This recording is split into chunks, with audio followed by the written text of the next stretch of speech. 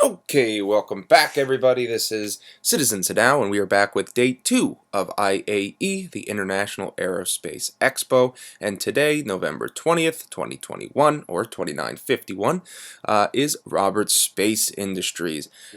This one, of course, bears the founder and creator of the Star Citizen universe back all those years ago, back when this was a crowdfunding campaign, Chris Roberts. So this company bears his name, Roberts Space Industries. So we are going to be looking at all things Roberts Space and what you can expect today from RSI. RSI as a company has a breadth of many different things. And they seem to have changed their style quite a bit since the beginning, from like the Constellation to like the Mantis to like their ground vehicles and some of their other vehicles as well.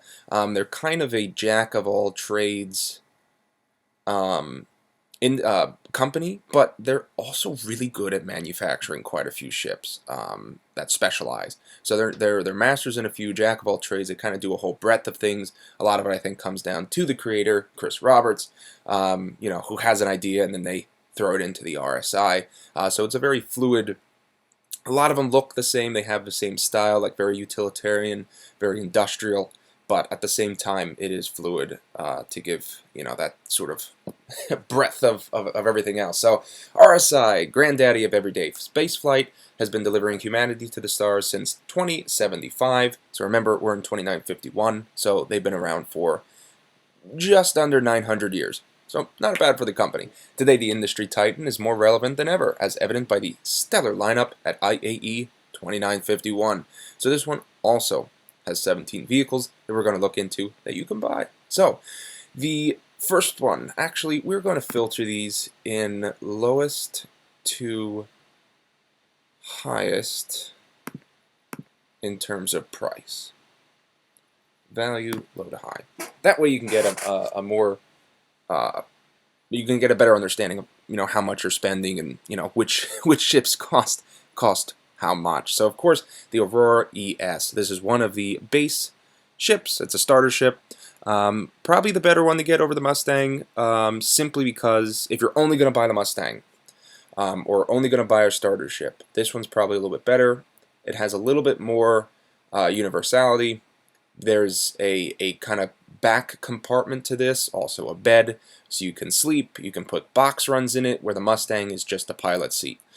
So all of this back here is going to be your living quarters, and then you're going to have the pilot seat up here.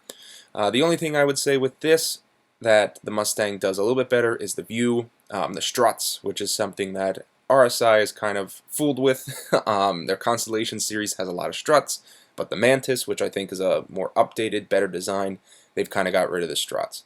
The struts do impair your vision a little bit, but this is supposed to be very utilitarian, so the struts are in there. So $20, not a bad value. But again, you can also get it as a starter package, which I would say you get that with Squadron 42. So at least spend $60, get this ship or the Mustang with Squadron 42. That way you basically have access to both games, the Persistent Universe and Squadron 42, the single-player mission. You then have all of its variants. So you have the Aurora MR, a little bit more expensive at $30, all on the same shape. Some are just a little bit more gunny, a little bit more bulky, a little bit more cargo-y. It is the main thing. You have the Aurora LX. It's exploration, Pathfinder. You're going to be a little bit more gas mileage on this and be able to go a little bit further with this, $35. You're going to have the Aurora LN at $40. It's the transport and light fighter. You're going to have the Aurora CL, $45, transport and light freight. So you're going to have a little bit more cargo capacity on this. And then we go into the Ursa Rover. So this is going to be $50. It's ground exploration. This fits in a select few ships, as it's pretty big. You can get a pretty big crew in the back. And then, of course, you have the driver's seat. You have a turret. So you're going to need a decent big ship in order to get this. But it's a really good ship to drive around. A lot of fun. I don't currently have one, as again, I do believe ground vehicles are better to be bought in-game when the game actually releases. But this might be a great time to rent it, try it out, especially on new Babbage, drive it around and see how you like it. I don't think you'll be able to get LTI. This is going to be 10 years insurance, so you know whether it's worth it. That's up to you, but $50 is not going to break your bank, but you're probably better off getting a spaceship since the game is not currently out yet. You then have the Mantis. So this is what I was talking about before. As you can see, they kind of have struts on the top and bottom, but this entire front part of the glass is clear. I kind of hope they update all the other RSI vehicles to be that way, so you don't have all of the struts obstructing your view. I understand from like a reality perspective, yeah, the struts are probably going to be there, but from a game perspective, it's better, especially when you're flying in space and the breadth that this game has over like 100 different star systems. A view like this, especially in one of the bigger like Constellation or Aurora series, is going to be much, much better. So the Mantis, yeah, Mantis is a very sleek ship. As you can see, it's kind of different from their other looking ships, like their Auroras. You know, Aurora, very utilitarian. And then you have the Mantis, which just looks very sleek and almost luxurious, but it's actually not meant to be luxurious. It is a one of the only, I think it is the only ship in the game. I think there's one other that will have capacities to do this, but it's not. I don't think it's released yet. So this is the only ship in game that has a quantum dampening and quantum snare, which meaning you can pull ships out of quantum jump and like attack them, so great for pirating or for bounty hunting. And then you can quantum dampen them, meaning that they can't jump away. So a big thing, if you don't have a Mantis, or you're a bounty hunter, don't have a Mantis or an Org, and you're trying to fight someone, and let's say you're winning, someone can easily just jump into hyperspace and jump away, or quantum travel and just jump away from you. This ship, after you put the quantum dampening effect on, will prevent that from happening.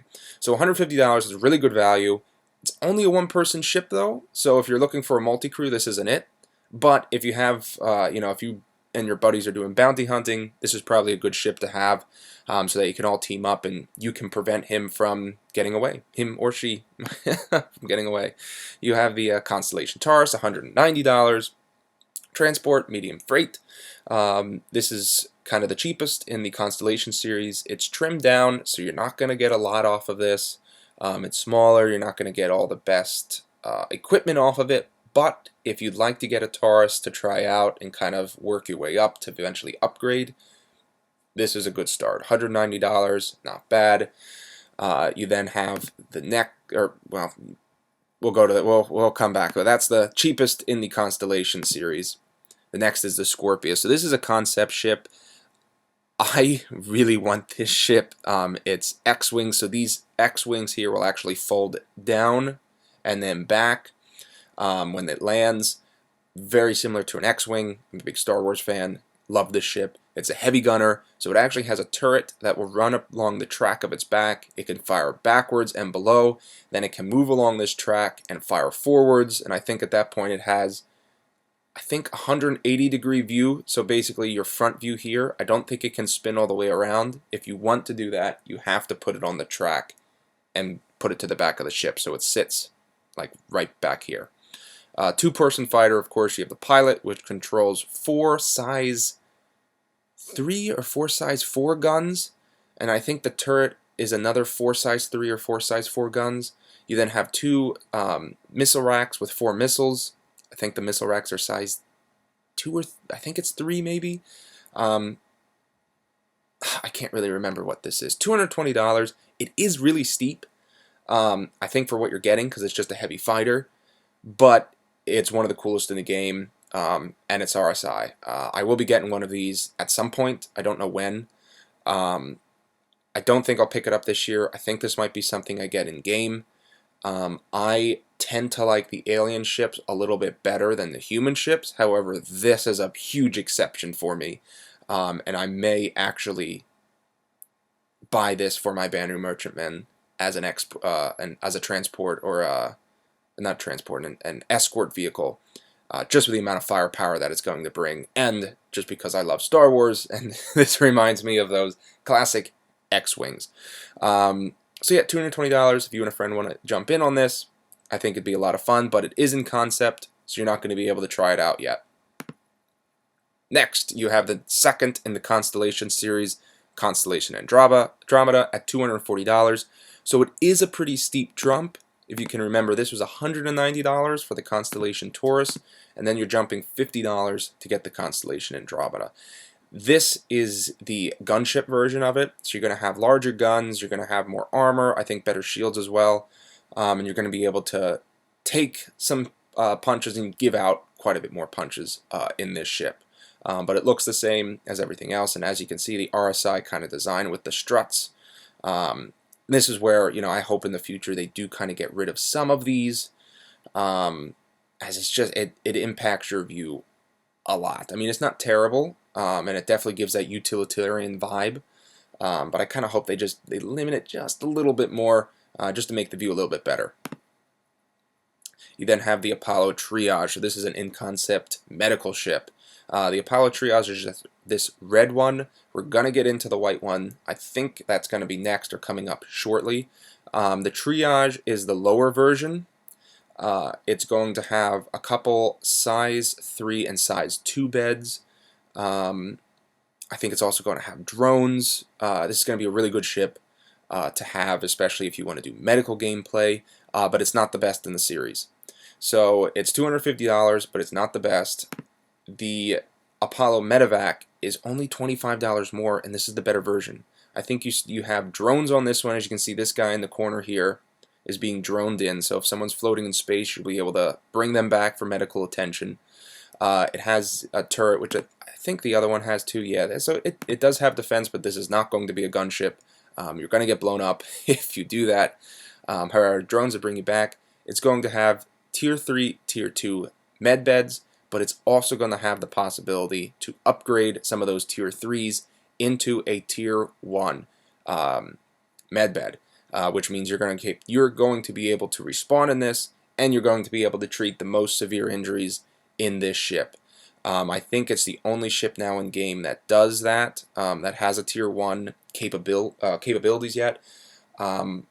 I think the Idris is supposed to, at least there's rumors to, and so is the potentially the Kraken and potentially the Javelin, but it hasn't been confirmed yet. So this is the only ship we know of that will have the capacity to have a Tier 1 bed. So if you're in the medical gameplay, or if you're in an org and want to be a medic, this is probably the ship to get.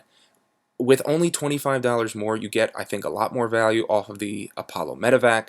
My only gripe is that I like the red color of the Triage much better than the Medevac, but it's up to you on what you want to get.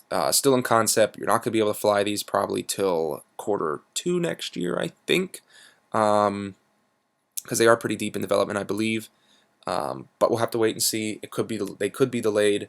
I think work is almost complete. I think they were supposed to actually come out now, but I just don't see them coming out until probably the summer of next year. But we'll see. We'll see. The next one, the third Constellation Aquila. This is the expedition version, so you're going to have more range on this. As you can see, there's a different view to give you more of like a better view than the other ones before. Less struts on this, which I like. I think there's a little bit more. No, I think it's the same storage capacity. You're going to have, I think, the same weapons capacity as the other ones. So I mean, it's going to be able to defend itself. But this is mainly meant for the exploration. You can put a mining ground vehicle in here. You can go and mine. Good ship to have, especially if you like expeditions. I'm not a huge fan of the design of the constellations in general. I think they're just too utilitarian for my taste. But if you like that thing, or like that sort of thing, this is the ship for you, especially if you like exploration and expeditions. You have the last constellation, of course, which is the Constellation Phoenix. This is $350, so it is quite a bit more than the other ones. However, this one's larger. You're going to have a much larger cargo capacity. Or this is the touring edition. I think you're going to have still a much larger touring cargo capacity. You're going to have touring, so the inside's going to be much nicer. I think it's a little bit more wider. And I've been inside this. It is very nice. Some of the layout's a little odd, but it does make sense because this was added later. It was not meant. The Constellation series is not meant to be a luxury ship. It's really meant to be more of a utilitarian ship. But it's nice that they gave the luxury version and the touring version in case you really wanted to. And there are some people that may like the more utilitarian feel of the Constellation series as this. So if you like that, you want to live in luxury, but you do like the constellations in general, especially from RSI, this is the ship for you to check out. You're going to need quite a big crew, of course, but you and a couple friends, it's a good ship to check out. Now, one of the last ships, so there's 2 more vehicles after this. This is $575. This, if you like mining and you want to just spend hours and hours of game time and in, universe time, probably weeks, months, perhaps years in space mining, this is the ship for you. It has turret, it has defense, not the greatest defense. You're probably going to need escorts in order to protect this thing.